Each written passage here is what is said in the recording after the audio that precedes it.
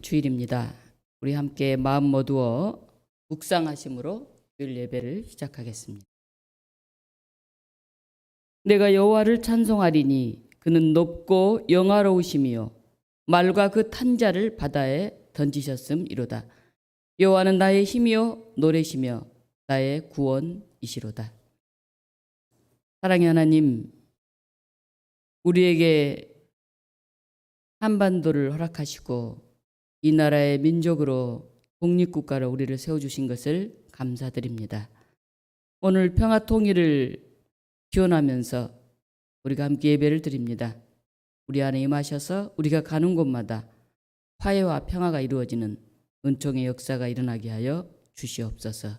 예수 그리스도 이름으로 기도하옵나이다. 아멘.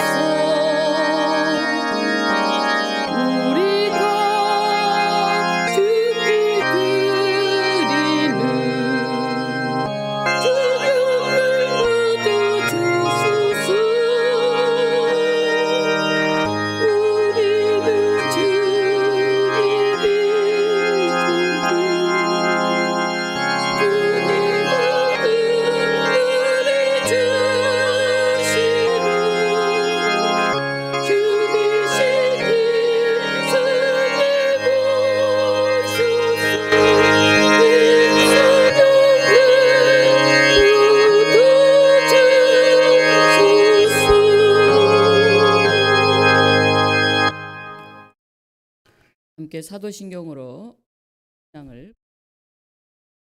나는 전능하신 아버지 하나님 천지의 창조주를 믿습니다.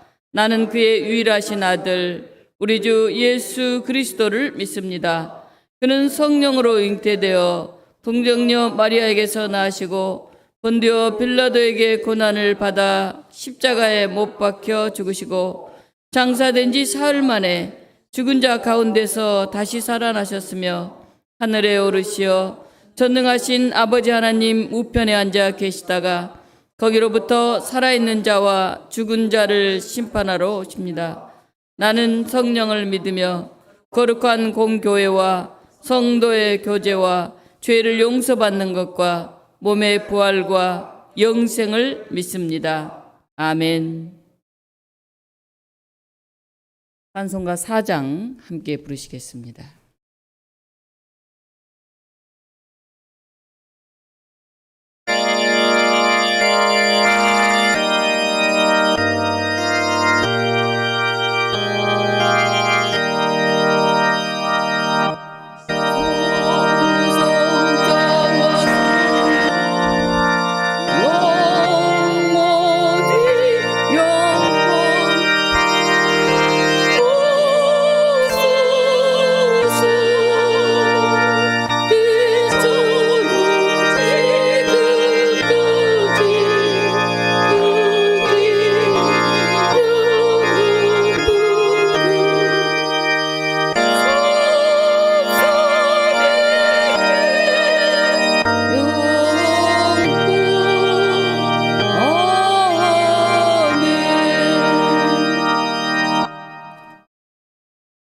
교독문 102번 나라사랑 네 번째 교독을 함께 하시겠습니다.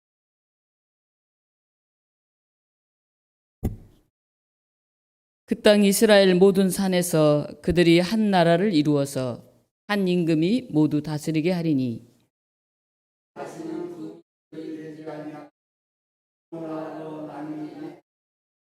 그들이 그 우상들과 가증한 물건과 그 모든 죄악으로 더 이상 자신들을 더럽히지 아니하리라.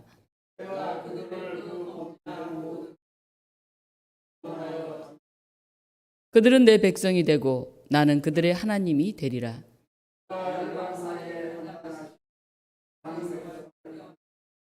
무리가 그들의 칼을 쳐서 보습을 만들고 그들의 창을 쳐서 낯을 만들 것이며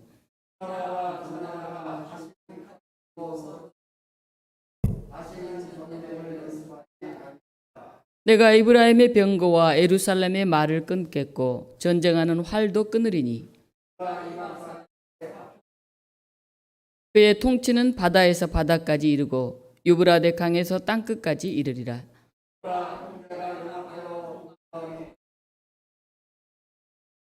머리에 있는 보배로운 기름이 수염 곧 아론의 수염에 흘러서 그의 옷깃까지 내림 같고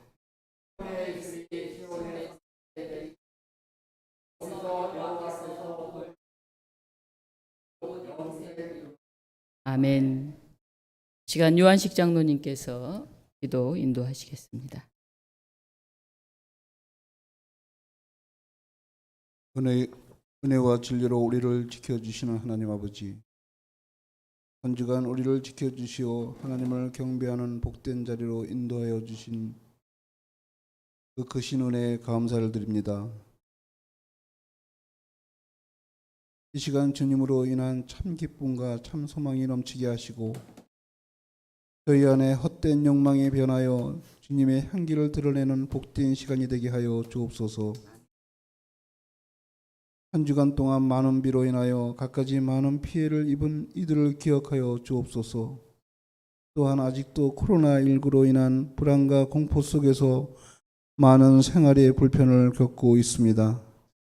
국민 모두가 이 고통을 서로 분담하게 하시고 고난의 참뜻을 묵상하며 저희들의 교만과 자만을 회개하여 이 어려운 시기를 슬기롭게 헤쳐나가도록 이끌어 주시옵소서. 은혜가 풍성하신 주님, 이 시간 죄 많고 속된 생활에 세상에 더러워진 저희의 마음과 영혼을 주의 보혈로 성결하게 하여 주옵소서. 예배드리는 이 복된 시간에 세상을 살아가면서 상하고 찢긴 심령을 위로받게 하시고 주님이 주시는 참된 평안과 기쁨을 얻는 귀한 시간 되게 하여 주시옵소서. 소망을 주시는 주님, 이 시간 오직 주님을 바라보며 예배드리는 이들에게 믿음에서 오는 기쁨과 평안을 충만하게 하여 주셔서 성령의 능력으로 소망이 차고 넘치게 하옵소서.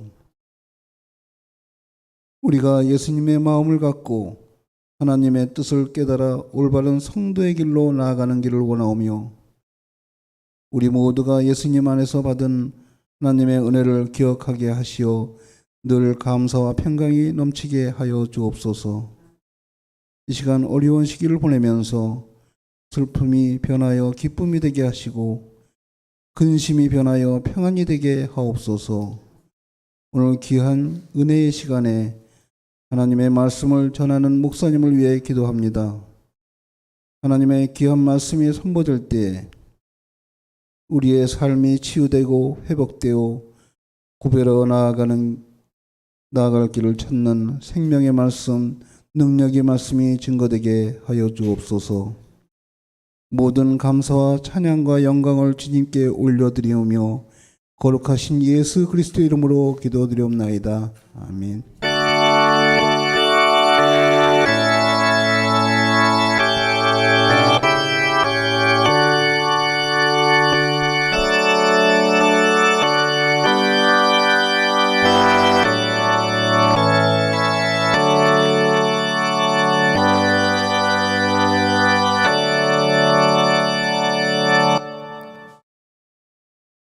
찬송가 581장 함께 부르겠습니다.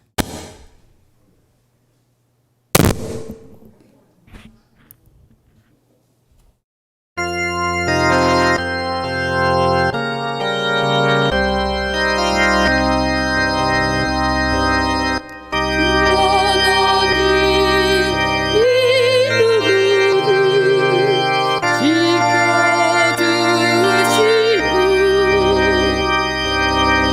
땅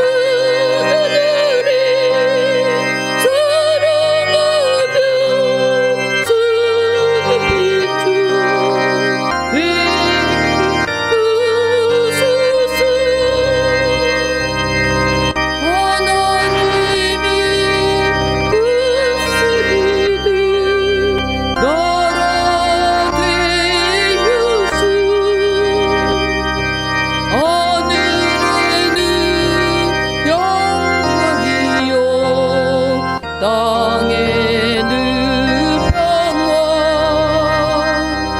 진리 평화 잠정이가 그물같이 흘러넘쳐 복된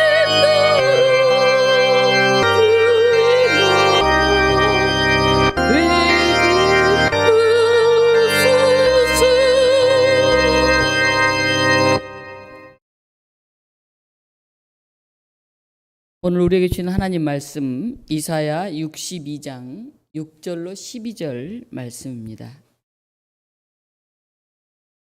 이사야 62장 6절 말씀 구약성경 1043쪽에 있습니다. 제가 봉독하겠습니다. 예루살렘이여 내가 너의 성벽 위에 파수꾼을 세우고 그들로 하여금 주야로 계속 잠잠하지 않게 하셨느니라. 너희 여호와로 기억하시게 하는 자들아 너희는 쉬지 말며 또 여호와께서 예루살렘을 세워 세상에서 찬송을 받게 하시기까지 그로 쉬지 못하시게 하라. 여호와께서 그 오른손 그 능력의 팔로 맹세하시되 내가 다시는 내 곡식을 내 온수들에게 양식으로 주지 아니하겠고 내가 수고하여 얻은 포도주를 이방인들이 마시지 못하게 할 것인즉 오직 추수한 자가 그것을 먹고 나 여호와를 찬송할 것이요 거둔 자가 그것을 나의 성소들에서 마시리라 하셨느니라. 성문으로 나가라. 나가서 백성이 올 길을 닦으라. 큰 길을 수축하라. 도를 지하여 만민을 위하여 기치를 들라. 여호와께서 땅끝까지 선포하시되 너희는 딸 시온에게 이르되 보라 내 구원이 이르렀느니라. 보라 상급이 그에게 있고 보응이 그 앞에 있느니라 하셨느니라. 아멘. 오늘 이 본문을 가지고 시대의 파수꾼이라는 제목으로 말씀을 증언하겠습니다.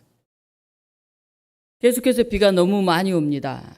엊그제는 가을의 문턱인 입추가 지났는데 장마와 폭우가 막바지 여름의 쉼마저 방해하는 것 같습니다.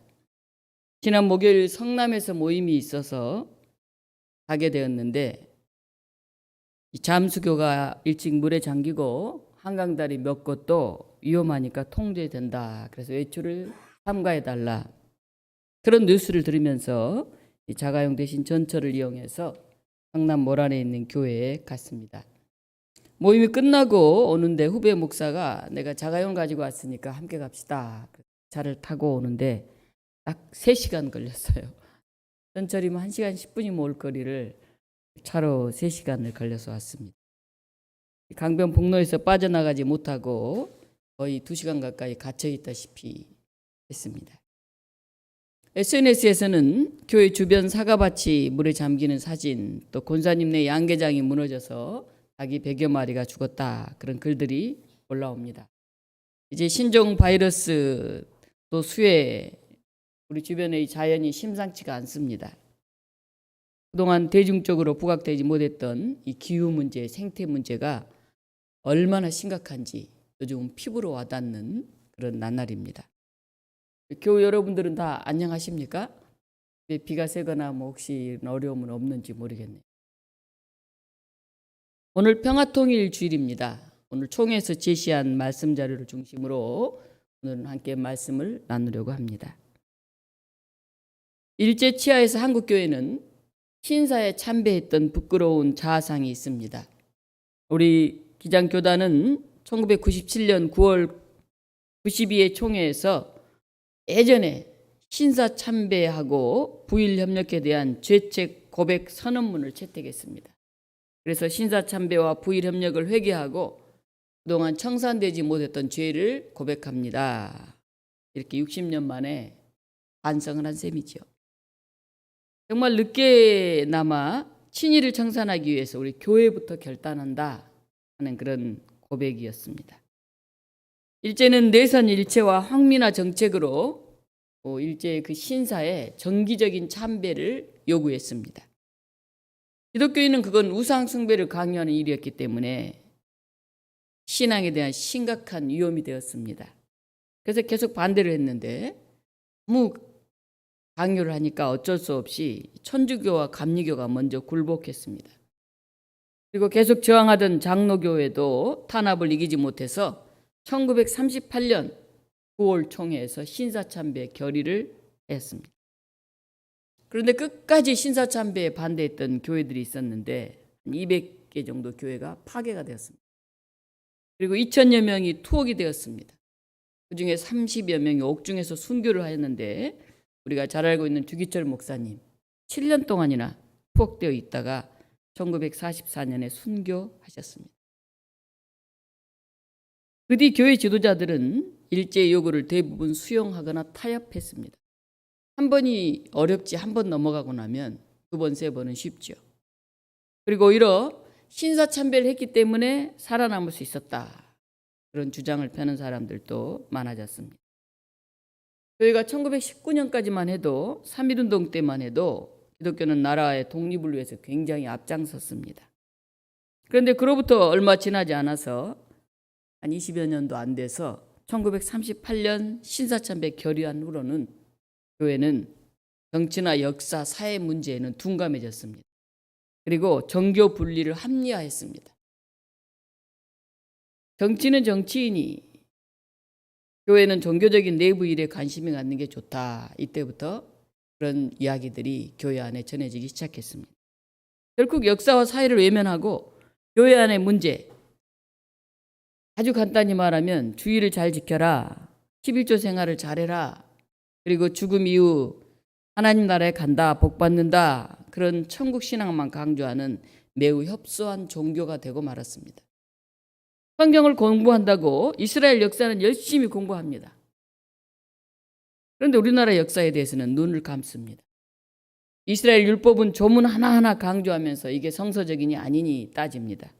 그런데 정작 우리나라 헌법에 대해서는 잘 알지 못합니다. 그런데 우리가 성경 가운데서 이스라엘 역사를 배우는 것은 우리나라를 이스라엘처럼 만들려고 하거나 우리가 이스라엘 사람이 되기 위한 것이 아닙니다. 그들의 역사 속에서 이스라엘을 택하시고 인도하신 하나님의 뜻을 우리가 찾아보면서 우리 역사 속에서는 오늘날은 하나님이 어떻게 역사하시나, 우리에게 무엇을 명령하시나, 그것을 깨닫기 위한 것입니다. 때문에 우리의 역사, 우리의 헌법에 대해서 우리가 바로 알아야 우리 한국의 역사 속에서 일하시는 하나님의 뜻을 찾을 수가 있습니다. 우리 늘 기도합니다. 아브라함의 하나님, 이삭의 하나님, 야곱의 하나님 이렇게 기도합니다. 그런데 정작 우리 조상들의 하나님, 이순신의 하나님, 안중근의 하나님, 유관순의 하나님, 이렇게 우리 역사 속에서 실제 나타나셨던 하나님의 능력에 대해서는 우리가 잘 알지 못하고 막연하게 생각하는 게 아닐까요? 오늘 우리의 역사, 오늘 우리 현실 속에서 하나님을 고백하고 성경을 재해석해야 합니다. 이 이스라엘 역사가 기록된 성경은 약 70년간 이스라엘이 바벨론의 포로로 끌려가 있을 때 성경이 기록되기 시작했습니다. 그전에는 구전으로 말로 이렇게 전해져 내려왔었죠. 그런데 그들이 이제 나라를 잃고 성전을 잃고 바벨론의 포로로 살면서 그들이 뼈저리게 깨달았습니다. 우리가 이렇게 고난당하는 것, 우리가 이렇게 노예생활하는 것, 우리가 이렇게 고국을 잃은 것, 우리가 하나님 앞에 철저하게 제대로 못 살았기 때문이다. 그러면서 이스라엘의 확고한 신앙이 바로 그 포로기에 세워졌습니다. 그래서 바벨론의 여러 곳곳에 회당들을 세우고 거기서 말씀을 공부하기 시작했죠. 그리고 성경을 기록하기 시작합니다. 그래서 이 성경이 구약 성경 중에 많은 부분이 그때 기록이 되었어요. 입으로만 전해오다가. 유대인들은 모든 것을 빼앗겼고 땅도 자기 땅이 아니기 때문에 열심히 일해서 수확해도 그게 자기 것이 아닙니다. 하나님이 택한 백성들인 우리가 왜 이렇게 되었을까? 우리가 잃어버렸던 본질은 무엇일까? 우리가 다시 찾아내야 될 하나님 신앙, 그게 뭔가? 그들은 성경을 쓰면서 그것을 다시 회복하기 시작했습니다. 오늘 우리가 읽은 본문인 이사야서 특히 8절 9절 말씀은 바벨론의 나라를 빼앗긴 혹독한 현실, 그 현실 가운데서도 함께 하나님의 약속, 그것을 붙들고 그것을 이야기하고 있습니다. 오늘 그 내용은 이렇습니다. 여호와께서 그 오른손 그 능력의 팔로 맹세하시되 내가 다시는 너의 곡식을 너의 온수들에게 양식으로 주지 아니하겠고 너희가 수고하여 얻은 포도주를 이방인이 마시지 못하게 할 것인즉. 하나님이 능력의 팔로 우리에게 맹세하신다. 내가 다시는 너의 곡식을 온수들에게 양식으로 주지 아니하겠다. 너희가 수고하여 얻은 포도주를 이방인이 마시지 못하게 하겠다. 무슨 말입니까? 지금 바벨론 포로에 있어요. 자기들이 수고해서 그 양식을 자기들이 다 갖지 못해요.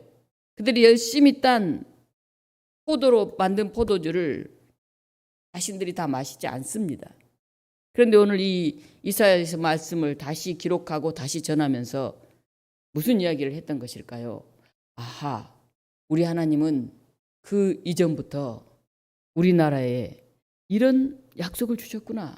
아하, 우리가 땀 흘리고 우리가 수고한 것을 우리가 거두고 우리가 애써서 수확한 포도주를 가지고 우리가 마시고 우리 하나님은 그렇게 하겠다고 맹세하셨구나. 바벨론 포로하에서 이스라엘 민족들은 자기의 자손들에게 자기 스스로에게 다시 하나님의 말씀을 곱씹으면서 그 처절한 상황 속에서 회복을 소망했던 것이죠.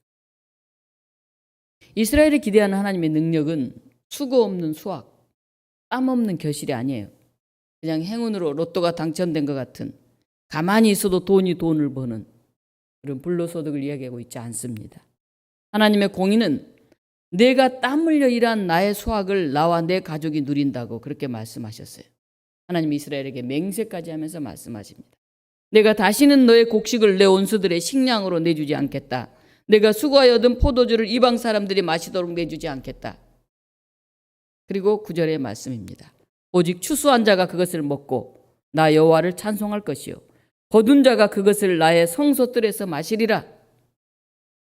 아마 나라를 잃고 포로로 끌려와 있는 이스라엘 사람들은 이 말씀을 읽으면서 가슴을 쳤을 거예요. 우리가 왜 이렇게 됐나? 자녀들에게 전하면서 피눈물을 흘렸을 거예요. 일본의 수출 규제 그리고 화이트국에서 한국 제외 등으로 일본과 우리나라 관계가 그리 좋지 않습니다. 그 원인은 우리 법원의 강제징용 피해자 배상 판결에 있습니다. 우리나라는 일제강점기에 의해서 일제들에 의해서 노동력을 강제로 수탈당했죠. 1937년 중일전쟁을 일본이 벌이면서 일본은 침략 전쟁을 본격화해서 국가총동원법을 선포합니다. 그리고 1939년부터는 한국, 타이완 등에서 국민징용령을 시행합니다. 그 국민은 어느 나라 국민입니까? 한국인이죠. 근데 일본의 전쟁에 동원되는 거예요. 왜? 우리는 식민지이기 때문에. 일본이 우리나라죠. 한국은 없어졌잖아요. 학교 근로 보국대를 조직해서 학생들까지 전시 근로에 동원을 합니다. 1944년에는 여자 정신 근로령을 공포해서 12살에서 40세까지 미혼 여성을 강제 동원합니다. 그래서 일본과 한국 내 군수공장 또 남방이나 중국 전선의 종군 위안부로 데리고 갑니다. 때로는 생사조차 가족에게 알려지지 못한 채 일본 등 각지의 탄광, 군수공장, 군사기지, 종군 위안부 등으로 끌려가서 가혹한 조건에서 강제 노동을 하게 됩니다. 좋아서 가는 사람이 어디 있겠습니까? 자기 나라 전쟁도 아닌데. 이렇게 강제노동으로 일본, 사할린, 남양군도 등으로 끌려간 한국인은 72만 명에 달했다고 합니다. 그리고 조선 안에서도 근로보국제 등으로 동원된 414명 이상의 많은 사람들이 강제로 전시를 위한 모든 일들에 동원이 되었습니다. 그때 전체 조선 인구 중에 21.9%가 중일 전쟁부터 태평양 전쟁기 동안 노예와 같은 상황에 시달렸다. 이렇게 얘기하고 있습니다. 한 나라의 22% 가까운 자기 나라도 아닌데 국민들이 그렇게 전쟁을 위해서 군수공장에서 또는 전쟁터에서 그런 탄광에서 강제노동을 당한 것이죠. 그런데 왜 일본 아베 정부는 강제징용 위안부 문제를 강제라고 하지 않을까요? 이거 조선인들이 자발적으로 한 겁니다. 이렇게 얘기합니다. 사실 역대 일본 정부가 다 그랬던 게 아닙니다. 1993년 8월에 일본 관방장관 고노 다마라는 게 있었습니다. 이게 있게 된 배경은 바로 2년 전인 1991년에 일본군 위안부 피해자인 김학순 할머니가 증언을 했어요. 내가 피해자요. 그동안 나 창피하고 부끄러워서 말을 못했는데 내가 위안부요. 끌려가서 성폭행을 당했어. 일본 군인들에 의해서. 내 인생이 끝났어. 나 너무 억울한데 이제 내 얘기하겠어. 그래서 위안부 문제가 한일 간의 외교 문제로 떠오르기 시작했어요. 그동안 여성들이 말을 못했죠. 그리고 이게 국제적인 관심사가 됐습니다. 그러자 일본 정부는 1년 8개월 동안의 조사를 거쳐서 고노 다마를 발표했어요. 모집, 이송, 관리 등에 있어서 감언과 강압에 의하는 등 본인의 의사에 반하여 동원이 행해졌다. 그리고 군의 개입과 강제성을 인정을 했습니다. 이게 1993년이에요. 또한 상처 입은 모든 사람에게 사과와 반성의 뜻을 전했고 역사를 연구하고 역사 교육을 통해서 같은 잘못을 되풀이하지 않겠다. 그렇게 밝혔어요. 일본 정부가. 그리고 1995년 8월 15일 25년 전이죠. 무라야마 도이치 일본 총리가 전후 60주년 기념식을 하면서 일본의 식민 지배와 침략에 관해서 공식적으로 사죄하는 성명서를 발표했습니다. 25년 전에. 그런데 이런 일본이 왜 이렇게 갑자기 변질되어 버린 것일까요?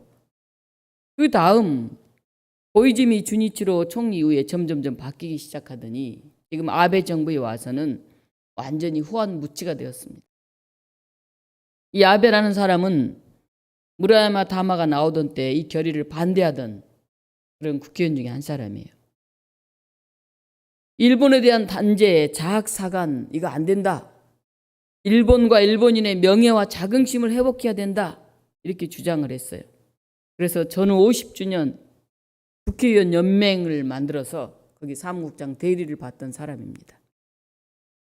이 모임은 일본이 일으킨 전쟁을 일본은 자위, 자존, 아시아의 평화를 위해서 한 일이었다. 그렇게 주장을 합니다. 평화를 위한 게 다른 나라를 침략하고 그 나라 국민들을 강제로 전쟁에 동원시키는 게 그게 평화를 위한 일입니까? 그래서 이 무라야마 사가 다마 발표에 극렬히 반대했던 사람이에요. 그가 이제 총리가 된 것이죠. 1996년에 밝은 일본 국회의원 연맹으로 이름을 바꿨어요. 그래서 종군 위안부는 없었다. 강제 연행은 없었다. 이렇게 주장을 하기 시작했습니다. 그리고 위안부 문제가 서술돼 있었던 교과서를 삭제하고 바꾸기 위한 운동을 본격적으로 시작하고 있습니다. 잘 이제 모르죠. 젊은이들은 배우지를 않으니까. 한국 왜 저렇게 시끄럽게 하나? 지네들이 끌려가서 돈 벌고 그렇게 해놓고는 우리한테 또 저렇게 난린가? 잘 모르는 젊은 학생들은 그렇게 생각을 합니다. 아베와 그들은 역사를 왜곡해서라도 일본인의 명예와 자긍심을 회복해야 한다고 생각합니다. 반성과 참회로 잘못을 인정하고 해를 입힌 이웃 국가의 아픔에 함께하며 배상하는 것. 그게 진정으로 성숙한 그런 자부심인 거지. 했던 일을 했지 않았다고 눈을 감고 교과서를 다시 왜곡하고 그게 자긍심이 회복되는 게 아니죠. 일본의 양심 세력 중에 우스노미야 겐자라고 하는 일본 변호사협회 회장이 지난해 7월 말에 이렇게 얘기를 했습니다. 소독의 바이츠제커 대통령이 황야의 40년이라고 한 유명한 연설이 있다. 문제는 과거를 극복하는 것이 아닙니다. 그런 일은 가능할 리가 없습니다. 뒤에 와서 과거를 바꾼다든지 일어나지 않는 일로 만든다는 것은 있을 수가 없습니다. 과거에 눈을 닫는 사람은 결국은 현재에도 맹목적이 됩니다. 비인간적인 행위를 마음에 새기지 않으려는 사람은 다시 그런 위험에 빠지기 쉽습니다. 독일 수도 베를린에 가장 눈에 띄는 곳에 나치에 희생당한 600만 유대인 추도 모뉴먼트를 세운 것도 다시는 이를 반복하지 않겠다는 표현입니다. 아들, 손자 세대까지 독일인이 잘못한 것을 전하겠다는 독일인의 결의 표현이라고 생각합니다. 독일은 당시 강제 수용소에 수감했던 동성애자나 장애인 피해자에 대해서도 배상금을 계속 지불하고 있고 주변국과 역과 교과서를 함께 만드는 활동도 하고 있습니다. 그런데 우리 일본은 서울에 있는 주한 일본 대사관 앞 소녀상에 대해 한국이 철거 약속을 안 지킨다느니 하는 말만 하고 있습니다.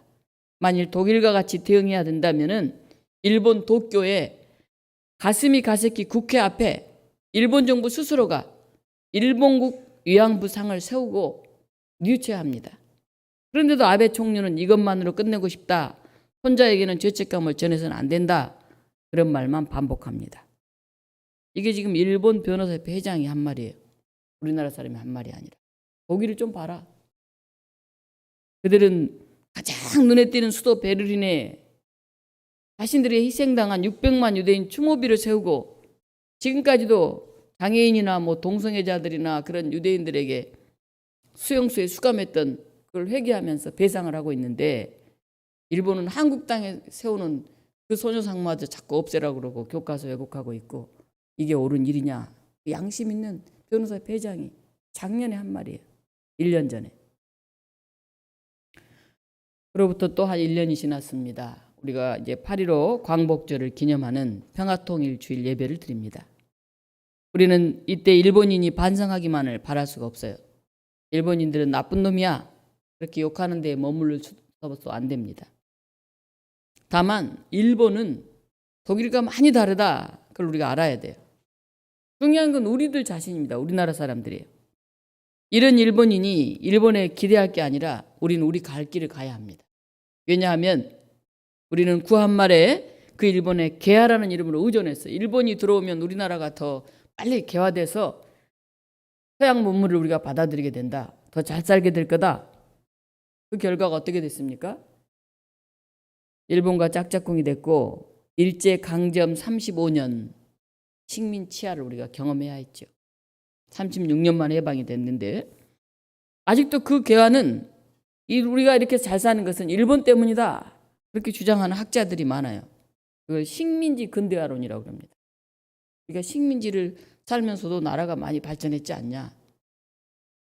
그런 사람들이 여전히 한국 학계에 있습니다. 그러면 노예가 돼서 사는 게 좋습니까? 돈을 좀 더 받는다면. 말도 안 되는 소리죠. 일제강점 35년 우리는 우리의 땅을 빼앗기고 우리가 흘린 그 땀의 수확을 다 빼앗겼습니다.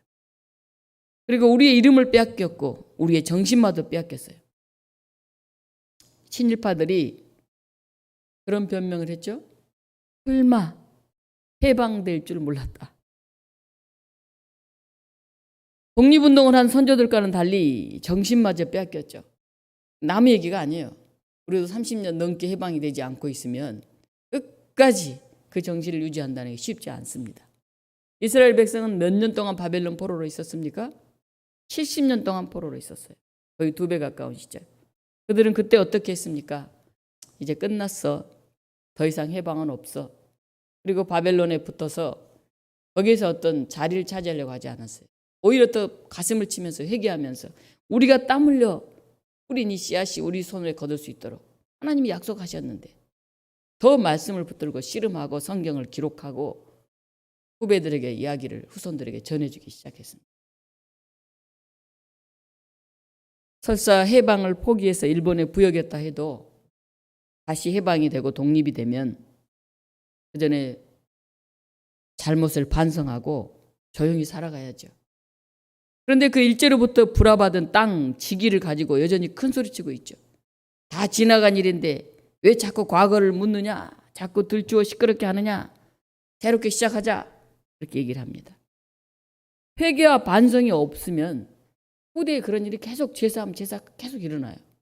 그래서 어떤 일이 일어나면 정확히 원인과 결과를 보고 잘잘못을 따지고 그리고 나서 용서를 하든지 새로 시작하게 하든지 그렇게 해야 되는 것이지 적당히 묻어놓고 뭐가 옳은지 그른지도 모르고 가면 역사는 반복되는 겁니다. 정확한 매듭이 필요합니다. 1945년 8월 15일 우리나라가 해방이 되었죠. 오늘 우리는 과연 독립국인가요? 독일은 세계 대전을 일으키고 전쟁에서 패배했기 때문에 독일의 힘을 빼기 위해서 그 벌로 동독과 서독으로 분단됐죠. 그런데 아시아에서 전쟁을 일으킨 일본이 아니라 엉뚱한 우리 한국이 남과 북으로 분단이 됐죠. 그것도 우리나라의 동의가 없이 이 강대국들에 의해서 분단이 됐어요. 우리나라, 미국, 소련 뭐 이런 나라들. 화가 나고 분통한 일이죠.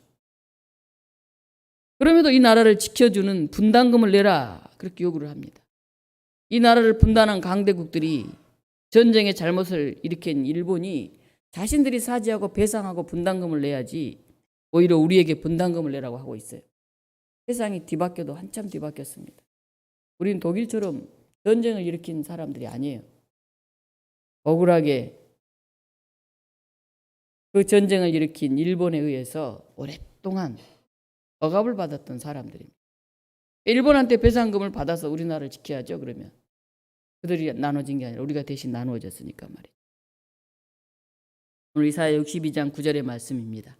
오직 추수한 자가 그것을 먹고 나 여호와를 찬송할 것이요 거둔 자가 그것을 나의 성소들에서 마시리라 하셨느니라. 추수한 것을 성전에서 하나님께 예물로 바치면서 제사를 드린 이스라엘의 공동체와 함께 축제를 벌일 거다. 그들은 이 말씀을 되새기고 있어요.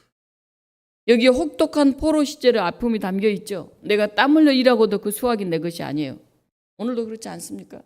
아무리 열심히 일해도 집 한 채 살 수 없는 사람들이 미래를 보기는 어렵죠. 한국만 전세가 있다, 외국은 다 월세다 이런 얘기들 하는데요. 그 사람들은 아마 월세 사는 사람들 아닐 거예요. 외국은 월세를 살아도 이렇게 살지 않아요. 국가에서 많은 지원을 합니다. 월세를. 자기가 버는 그 월급의 몇 프로 이상을 월세로 내지 못하도록 정해놓은 그런 영국의 법이 있어요. 국가에서 지원을 합니다. 나머지 부분. 최소한 자기가 버는 것으로 주택, 의식주는 해결할 수 있도록 그렇게 일을 쓰고 있어요. 우리나라 월세제도 완전히 달라요. 이렇게 이사 많이 다니는 나라 세계에서 한국이 유일하죠. 말만 전세지 2년에 한 번씩 이사 다니다가 이제 4년에 한 번으로 그것도 해보자는 건데 그걸 주장하는 사람들이 어떤 사람인가 봐야 돼요. 정말 없고 가난한 사람들이 그걸 주장하는가, 있는 사람들이 주장하는가. 참 안타까운 것은 매스컴과 신문이 온통 그냥 이 4년 후에는 완전히 다 월세로 바뀌고 큰일이 날 것처럼 주장을 하고 있어요. 4년 후를 보면 어떻게 될지 알게 되겠지만 오늘 10절 11절 이렇게 말씀합니다. 성문으로 나아가라 나아가라. 백성이 올 길을 닦으라. 큰 길을 수축하고 수축하라. 돌을 제하라. 만인을 위하여 기치를 들라. 여호와께서 땅끝까지 선포하시되 너희는 딸 시온에게 이르라. 보라 내 구원이 이르렀나니 보라 상급이 그에게 있고 보응이 그 앞에 있느니라 하셨느니라. 이제 포로에서 돌아오는 백성은 달라요. 다시는 그 혹독한 포로 생활을 하지 않겠다고 다짐한 그런 사람들입니다. 바벨론에서 다 예루살렘으로 돌아온 게 아니에요. 나중에 포로 귀한 복으로 돌아가 살 수 있도록 그런 법이 발표됐을 때 많은 사람들은 거기에 그냥 남았어요. 자기들이 오랫동안 축적해 놓은 돈, 집, 직장 그걸 놓고 폐허가 된 땅에서 다시 시작하려고 돌아온다는 것은 보통 결단이 아니었죠. 그런데 다시 돌아온 사람들, 그들을 위해서 예루살렘이 다시 세워지기 시작했죠. 포로에서 돌아오는 백성들은 다짐을 하죠. 이제 다시는 나의 땀의 결실을 빼앗기지 않으리라. 다시는 세계 곳곳으로 떠돌아다니지 않으리라. 야훼 하나님, 여호와 하나님 아래에서 신앙을 가지고 우리는 끝까지 우리의 조국, 우리의 민족, 우리의 정체성을 지키리라. 다시는 우리의 거룩한 도성 예루살렘을 빼앗기지 아니하리라. 그들의 삶의 중심에 여호와 신앙이 굳건히 세워져 있었죠. 오늘 11절 말씀입니다. 12절 말씀입니다. 사람들이 너를 일컬어 거룩한 백성이라 여호와께서 구속하신 자라 하겠고 또 너희를 일컬어 찾은 바 된 자여 버림받지 아니한 성읍이라 하리라. 저와 여러분은 하나님의 거룩한 백성입니다. 여호와께서 구속한 사람들입니다. 다시 찾은 바 된 사람들입니다. 버림받지 아니한 성읍들입니다. 일제 강점기를 경험한 우리 어르신들, 저희 어머님도 아마 그런 시대신데요. 얘기하시는 걸 보면 두 가지 얘기를 합니다. 하나는 징용을 얘기해요. 징용. 하나는 공추를 얘기합니다. 공추. 이 젊은 여인들이 끌려가지 않으려고 막 빨리 결혼을 시켰다 그래요. 12살 막 이렇게 14살 어린 사람들. 결혼하지 않는 이 젊은 여성들을 끌어가서 일본이 자기들의 침략 전쟁에 사용했기 때문에. 또 저희 어머님 얘기 듣다 보면 집안에 있는 녹그릇, 수저 뭐 이런 거 다 가져갔다 그래요. 노순. 전쟁 물자 만들기 위해서. 공출이죠. 공출. 그걸 지금도 기억하고 계세요. 어린 시절의 얘기일 텐데. 일제 35년은 수없이 들어온 잊혀질 수 없는 기억으로 남아 있습니다. 어른들은 이런 얘기를 합니다. 일본은 무서운 나라다. 굉장히 친절한 것 같고 늘 웃는 것 같지만은 무서운 사람들이야. 그러므로 너희는 뼈아프게 일본을 경계하라. 그리고 너희 세대는 반드시 일본을 이겨내야 한다. 힘을 길러야 한다. 정신력으로 무장돼야 한다. 그런 말씀을 합니다. 중요한 게 뭘까요? 그것은 기억입니다. 기억. 하나님의 말씀을 입으로 구전으로 나중에는 이걸 기록으로 남기는 것이죠. 역사의식입니다. 성경의 기록은 이스라엘의 역사, 예수님과 바울 등 선교의 역사를 기록한 내용이에요. 이 하나님의 구원의 역사를 이스라엘 사람들은 손목에 메고 다니고 이마에 이렇게 달고 다니고 곳곳에 새겼어요. 그리고 의무적으로 가르쳤습니다. 우리로 말하면 천자문 외우듯이 그렇게 계속해서 가르쳤죠. 오늘 성경 말씀 이사야 62장 6절 7절은 그 기억을 잊지 말라 그렇게 말합니다. 잊지 말라. 하나님의 함께 하셨던 그 역사를 되새기라. 그 역사의식을 가지고 살라. 그렇게 말씀하는 것입니다. 예루살렘이여 내가 너희 성벽 위에 파수꾼을 세우고 그들로 하여금 주야로 계속 잠잠하지 않게 하였느니라. 너희 여호와로 기억하시게 하는 자들아 너희는 쉬지 말며 또 여호와께서 예루살렘을 세워 세상에서 찬송을 받게 하시기까지 그로 쉬지 못하시게 하라. 하나님은 파수꾼을 세우셔서 자신의 뜻을 펼친다고 했습니다. 여호와로 기억하게 하는 사람들. 밤낮 없이 파수꾼을 통해서 외치게 하겠다는 겁니다. 주야로 계속 잠잠하지 않게 그렇게 하였느니라. 그래서 하나님의 역사를 기억하게 하겠다는 겁니다. 오늘 평화통일주의를 맞이한 이때 하나님은 저와 여러분을 이 시대의 파수꾼으로 세우십니다. 하나님은 우리를 통해서 세상에서 찬송을 받기 원하십니다. 그날이 오기까지는 멈추어서 안 되고 하나님도 계속 일하실 수 있도록 우리가 기도하고 그의 손을 붙들어야 합니다. 또 여호와께서 예루살렘을 세워 세상에서 찬송을 받게 하시기까지 그로 쉬지 못하게 하라. 우리 기독교인들이야말로 우리 민족의 자부심이고 우리 민족의 자존감이 되어야 합니다. 3.1운동 때 전 인구의 1.5%에 불과한 기독교인이 이 독립선언문 민족대표 33인 중에 16명 1.5%밖에 안 되는데 독립운동에 나섰던 대표들의 절반이 기독교인이었어요. 그리고 3.1운동 때 검거된 사람 중에 기독교인이 17.6%나 됐어요. 1.5%의 기독교인이 17.6%나 거의 대부분이 참여했다고 봐야죠. 그런데 신사참배 이후에 이렇게 기독교는 정치로부터 아주 초연해졌습니다. 교회 성장을 중심으로 교회 안에 머무는 종교가 되었습니다. 대부분의 교인들이 앞장서서 독립을 위해 싸웠고 교회는 불타고 순교했던 그 순간을 우리가 잊어서는 안 됩니다. 오늘 우리는 8.15 광복 75주년 평화통일주의를 맞이합니다. 경기 북노회와 총회가 주관하여서 비무장지대인 DMZ 적경 마을에 화해와 평화의 교회를 건축하려고 추진 중에 있습니다. 그래서 기장인 1만 원 이상 헌금을 실시합니다. 나라 민족의 화해와 평화를 위하는 화해와 평화의 교회 건립을 위해서도 여러분들이 기도하며 동참해 주시기를 바랍니다. 우리는 예수님의 증인으로 하나님 나라를 정하는 사람들입니다. 우리 여러분 한 사람 한 사람이 가정의 파수꾼이 되고 마을의 파수꾼이 되고 더 나아가서 이 민족의 파수꾼이 되어서 화해와 평화를 위해서 쉬지 말고 기도하면서 서로 손잡고 힘차게 나아가기를 축원합니다. 기도합시다. 사랑의 하나님, 우리가 땀 흘려 일하고 수고한 것들이 우리의 결실이 되어서 우리의 삶이 풍족하게 하시고 기쁨이 있게 하여 주시옵소서.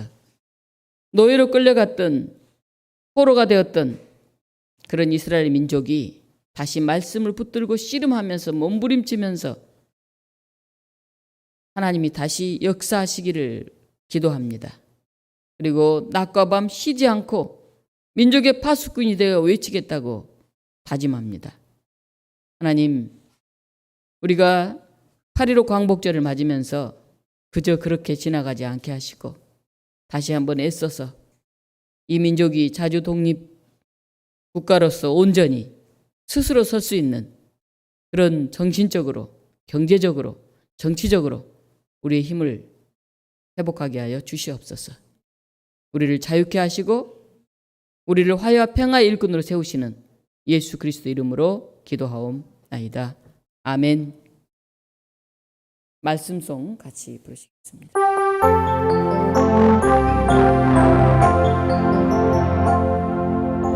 이 말씀 들음 사는 동안 지치지 않게 하시고 이 말씀 들음 사는 동안 주님 뜻을 이루소서.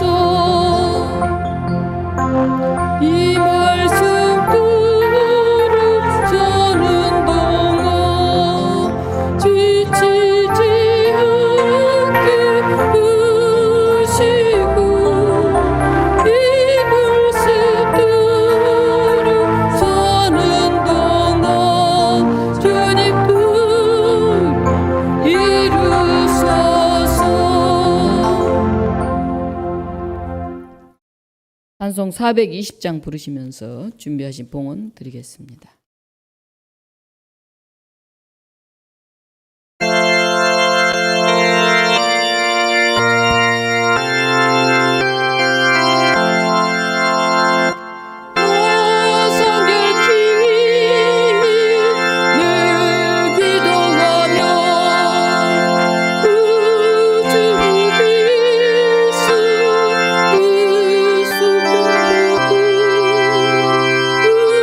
우주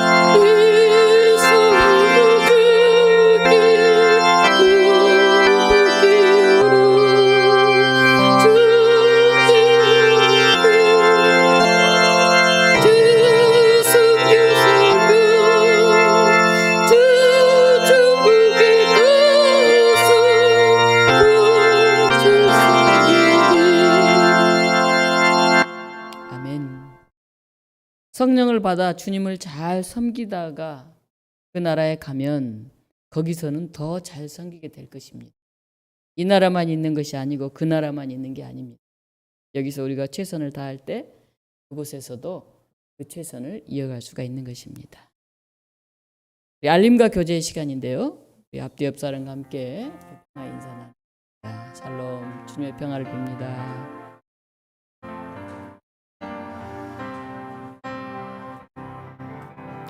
오늘 성령 강림 후 열째 주일이면서 평화통일 주일입니다. 일본의 압제로부터 해방된 날을 기억하면서 우리나라가 진정한 독립국가로 설 수 있도록 분단된 조국의 평화와 통일이 이루어질 수 있도록 함께 기도했으면 좋겠습니다. 우리 수요 기도에 민수기 강해를 시작했는데 관심을 가지고 말씀 공부에도 참여하시면 좋겠습니다. PT 한번 띄워줄까요? 잘 안 보일 것 같은데 제가 사진이 좀 흘러나왔네요. 민족 분단의 십자가 땅인 비무장지대 부근에 화해와 평화의 교회를 세우려고 합니다. 경기 북로에서 추진하면서 총회에서 같이 추진하고 있어요. 저에게 이렇게 팜플렛이 몇 개 있는데 우리가 함께 기도하면서 우리가 평화 통일을 위해서 많은 일을 못하더라도 그 가까운 지역에 교회를 세워서 그 일을 더 앞장설 수 있는, 열심히 기도하고 그 뜻을 기릴 수 있는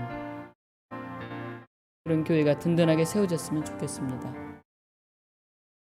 넘겨보실래요? 뭐 기장인 10,000원 이상 우리 헌금에 동참해 주십시오. 뭐 이렇게 통해서 왔는데 다음 장 넘겨주시죠. 네, 잘 안 보이죠?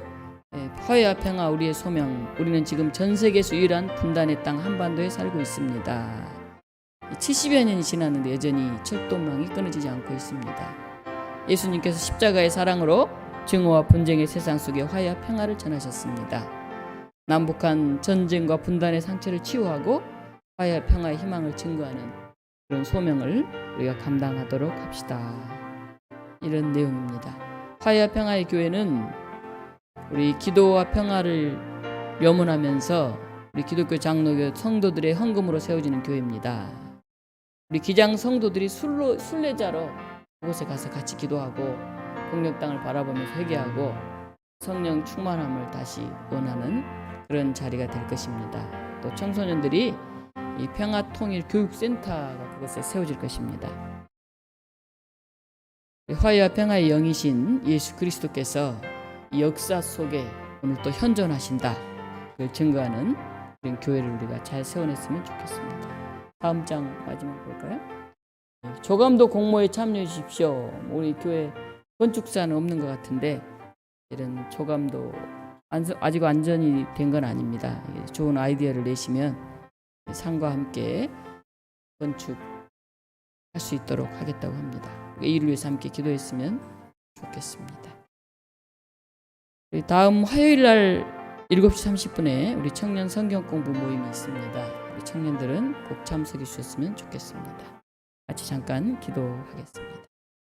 우리 한 1분 정도 우리 화해와 평화의 교회를 잘 세워갈 수 있도록, 그리고 이 평화 통일 주일인데 우리가 얼마나 평화를 위해서, 화해를 위해서, 남북 간의 화해만 얘기하는 게 아닙니다. 우리 안에, 교회 안에, 가족들 안에, 우리 사회 안에 그런 평화 화해를 위해서 우리가 힘쓰고 있는지 우리가 잠시 묵상하면서 기도하겠습니다. 하나님, 오늘 평화 통일 주일입니다. 우리 안에 아직도 나뉘어진 마음들이 있습니다. 갈라진 사람들이 있습니다. 상처받고 갈등 가운데 있는 사람들이 있습니다. 우리의 가족, 우리의 형제, 우리 이웃, 우리의 친구, 우리의 직장 동료들을 돌아봅니다. 하나님, 주님의 평화를 이루게 하시고 화해의 사도가 되게 하여 주시옵소서. 특별히 70여 년이 넘도록 75년이 되도록 나뉘어져 있는 이 한반도의 현실을 보면서 가슴 아파합니다. 정말 평화의 나라로 세워지게 하시고 정치적으로, 경제적으로, 정신적으로 독립된 이 나라가 되게 하여 주시옵소서. 여전히 일제로부터 자유하지 못한 여전히 매여있는 우리의 의식을 봅니다. 하나님, 우리가 세계에서 정말 바른 가치관을 가지고 말씀 안에서 굳건히 서는 우리 대한민국이 되게 하여 주시옵소서. 하나님, 우리 기장에서 이를 위해서 평화 화해 교회를 세웁니다. 하나님, 비무장지대 근처에 세워진 이 교회를 통해서 청소년들의 교육과 우리 기장의 순례의 길과 또 그 주변의 사람들에게 예수 그리스도의 화해와 평화를 전하는 교회 역할을 온전히 감당하게 하여 주시옵소서.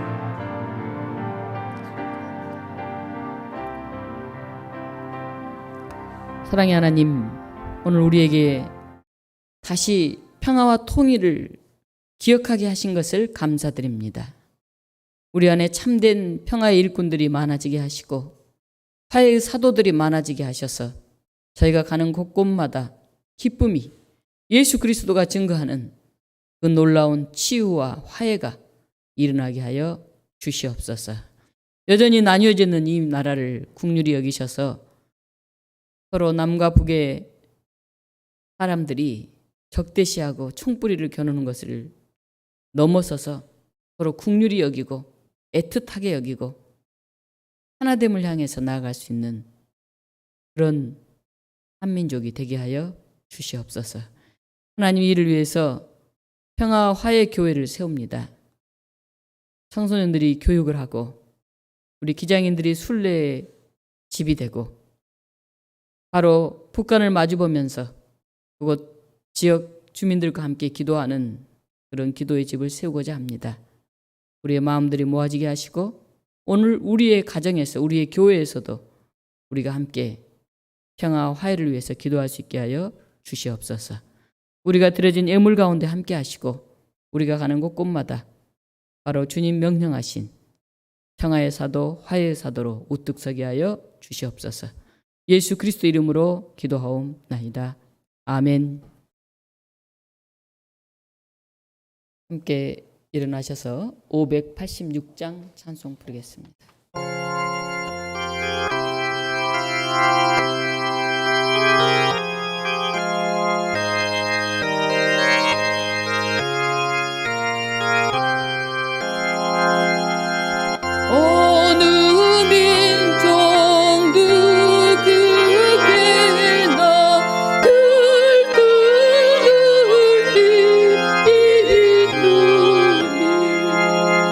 정과 고지서